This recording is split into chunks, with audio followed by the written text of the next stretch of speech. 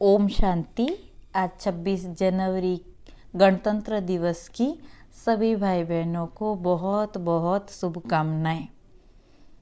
गणतंत्र दिवस भारत के संविधान लागू होने की खुशी में मनाया जाता है। संगम युग में शिव बाबा भी सतयुग के संविधान बना रहे हैं, जिसके लिए बाबा अभी हमें श्रीमत देते हैं। तो मुरली में बाबा की आज की श्रीमत है, मीठे बच्चे, अमृत वेले के शांत शुद्ध वायुमंडल में तुम देह सहित सब कुछ भूल मुझे याद करो। उस समय याद बहुत अच्छी रहेगी। प्रश्न है, बाबा की ताकत प्राप्त करने के लिए तुम बच्चे सबसे अच्छा कर्म कौन सा करते हो? उत्तर, सबसे अच्छा कर्म है बाप पर अपना सब कुछ तन मन धन सहित अर्पण करना। जब तुम सब कुछ अर्पित करते हो तो बाबा तुम्हें रिटर्न में इतनी ताकत देता जिससे तुम सारे विश्व पर सुख और शांति का अखंड राज्य कर सको। प्रश्न, बाबा ने कौन सी सेवा बच्चों को सिखलाई जो कोई मनुष्य नहीं सिखला सकते? उत्तर, रूहानी सेवा। तुम आत्माओं को विकारों की बीमारी से छुड़ाने के लिए ज्ञान का इंजेक्शन लगाते हो। तुम हो रूहानी सोशल वर्कर। मनुष्य जिस्मानी सेवा करते लेकिन ज्ञान इंजेक्शन देकर आत्मा को जागती ज्योत नहीं बना सकते। यह सेवा बाप ही बच्चों को सिखलाते हैं। ओम शांति। भगवानुवाच, यह तो समझाया गया है कि मनुष्य को भगवान कभी भी नहीं कह सकते।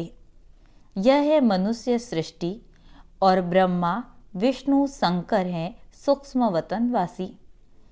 शिव बाबा है आत्माओं का अविनाशी बाप। विनाशी शरीर का बाप तो विनाशी है, यह तो सब जानते हैं। पूछा जाता है कि तुम्हारे इस विनाशी शरीर का बाप कौन है? आत्मा का बाप कौन है? आत्मा जानती है वह परमधाम में रहते हैं। अभी तुम बच्चों को देह अभिमान किसने दिया? देह को रचने वाले ने। अब देही अभिमानी कौन बनाता? जो आत्माओं का अविनाशी बाप है। अविनाशी माना जिसका आदि मध्य अंत नहीं है। अगर आत्मा का और परमात्मा का आदि मध्य अंत कहे तो फिर रचना का भी सवाल उठ जाए।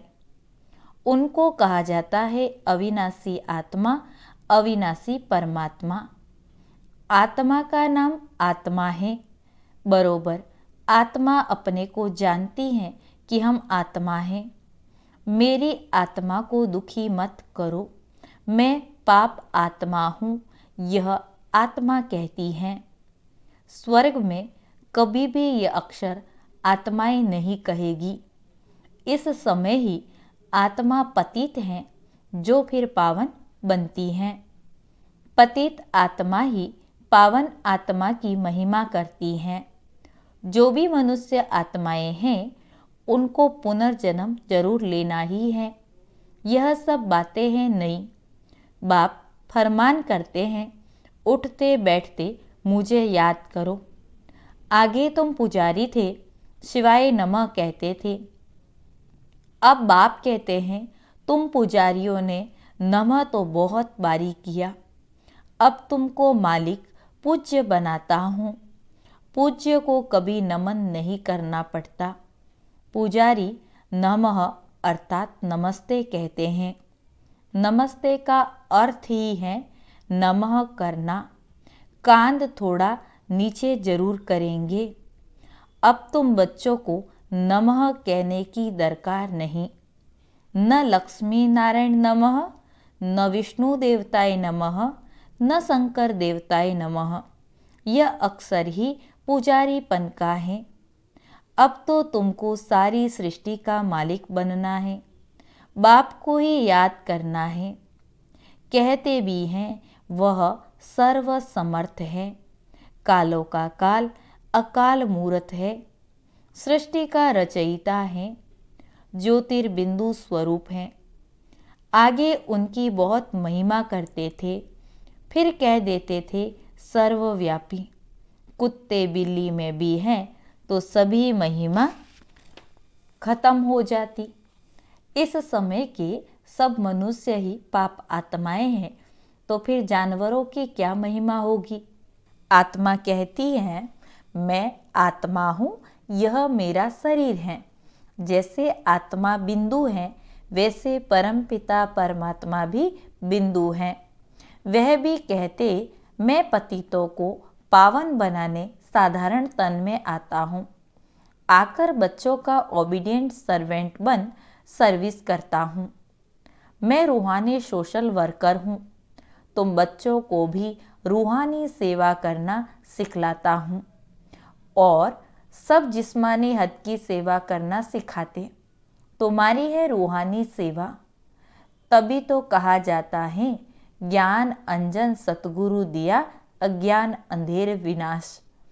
सच्चा सतगुरु वह एक ही है, वही अथॉरिटी है। सभी आत्माओं को आकर इंजेक्शन लगाते हैं। आत्माओं में ही विकारों की बीमारी है। यह ज्ञान का इंजेक्शन और कोई के पास होता नहीं।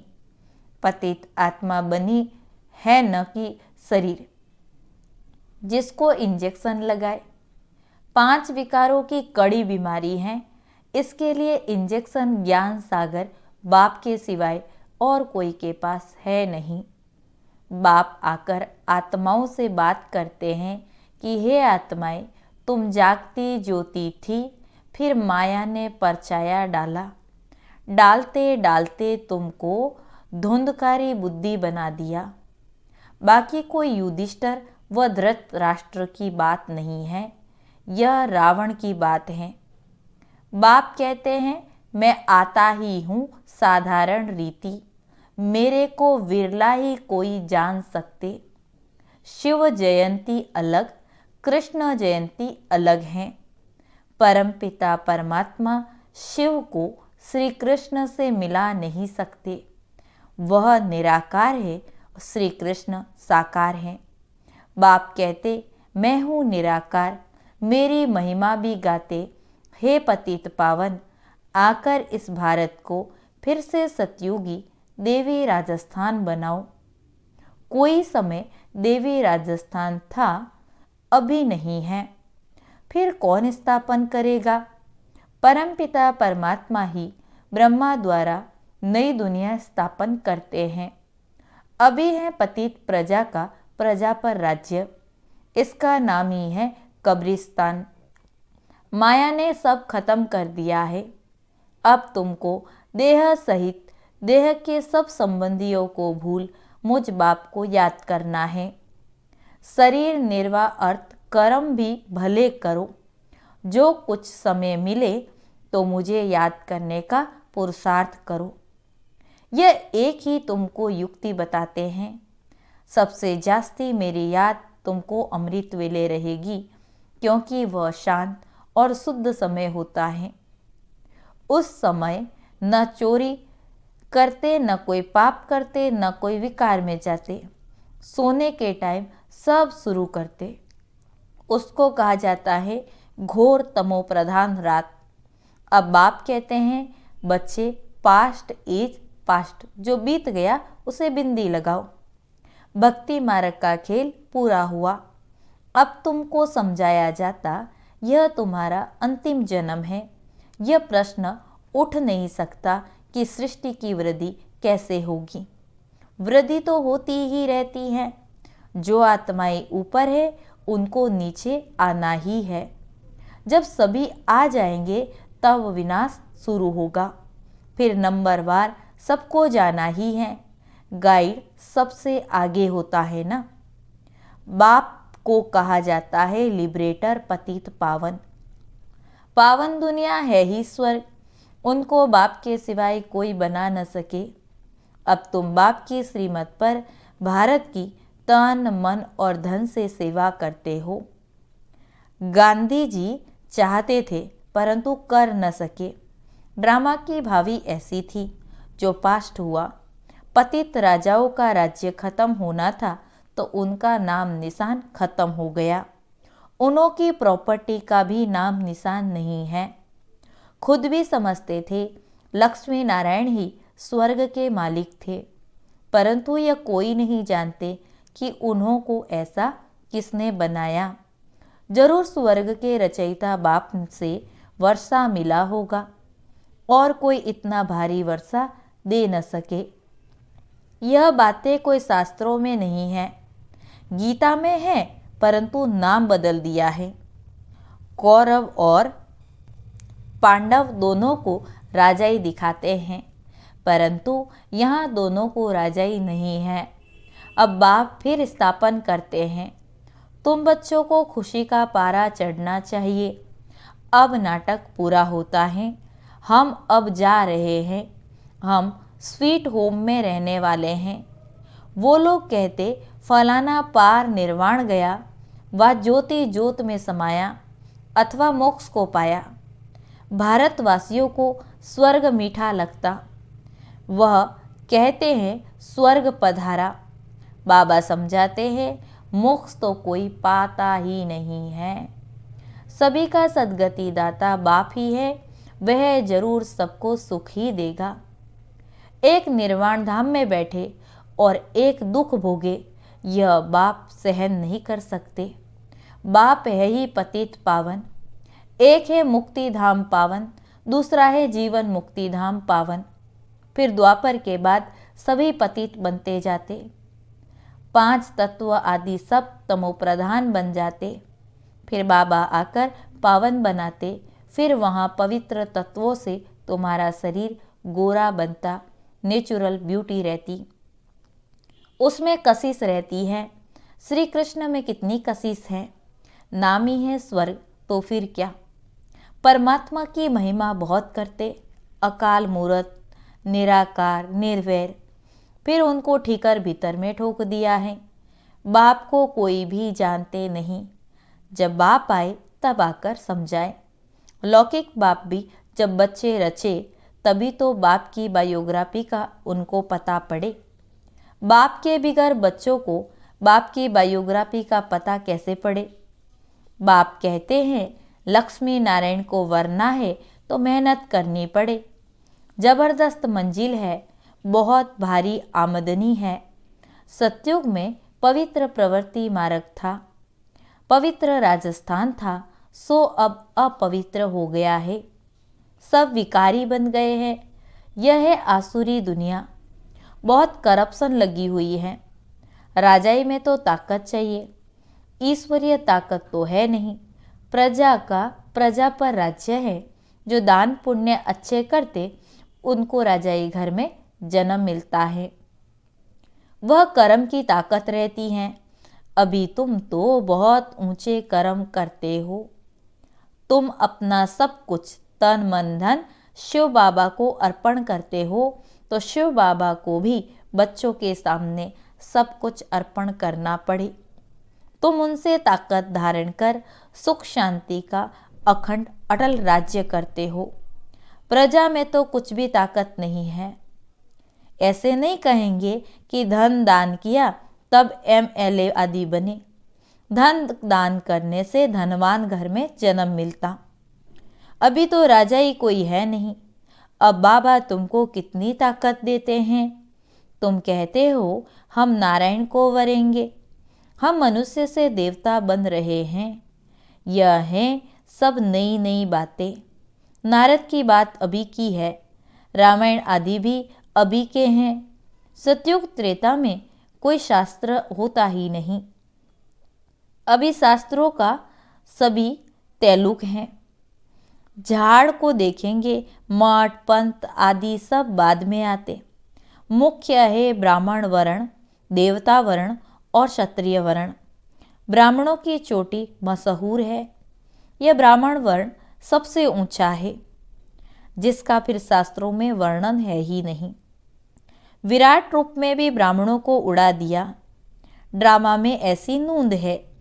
दुनिया के लोग यह नहीं समझते कि भक्ति से नीचे उतरते हैं, कह देते हैं भक्ति से भगवान मिलता है, बहुत पुकारते हैं, दुख में सिमरण करते हैं, सो तो तुम अनुभवी हो।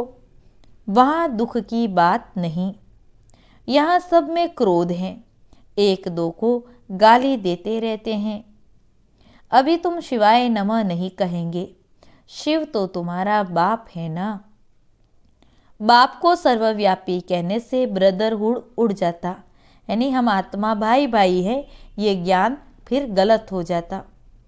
भारत में तो कहते हैं, बहुत अच्छा कहते, हिंदू चीनी भाई भाई, चीनी मुस्लिम भाई भाई। तो भाई भाई तो है ना। अब भाई भाई कैसे हुए? क्योंकि हम सब एक बाप के बच्चे हैं। तो जब एक बाप के बच्चे हैं तो बाप सर्वव्यापी हो न सके।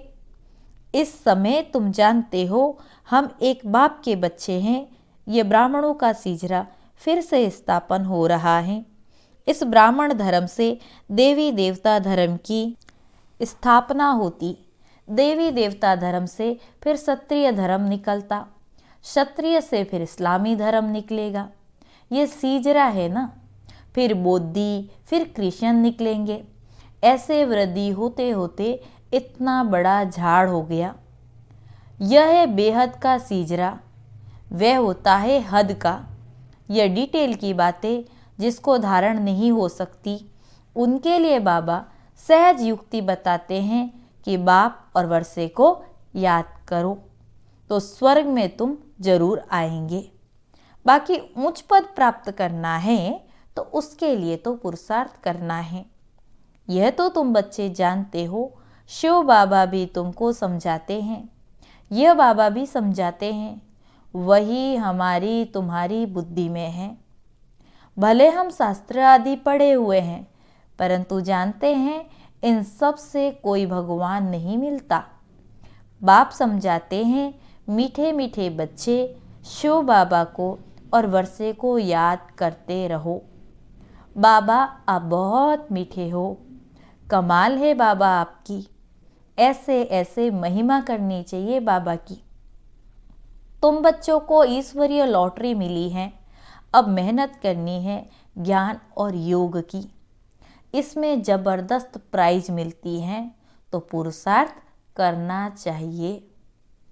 अच्छा, मीठे मीठे सिक्के लदे बच्चों प्रति माता पिता बाप दादा का याद प्यार और गुड मॉर्निंग।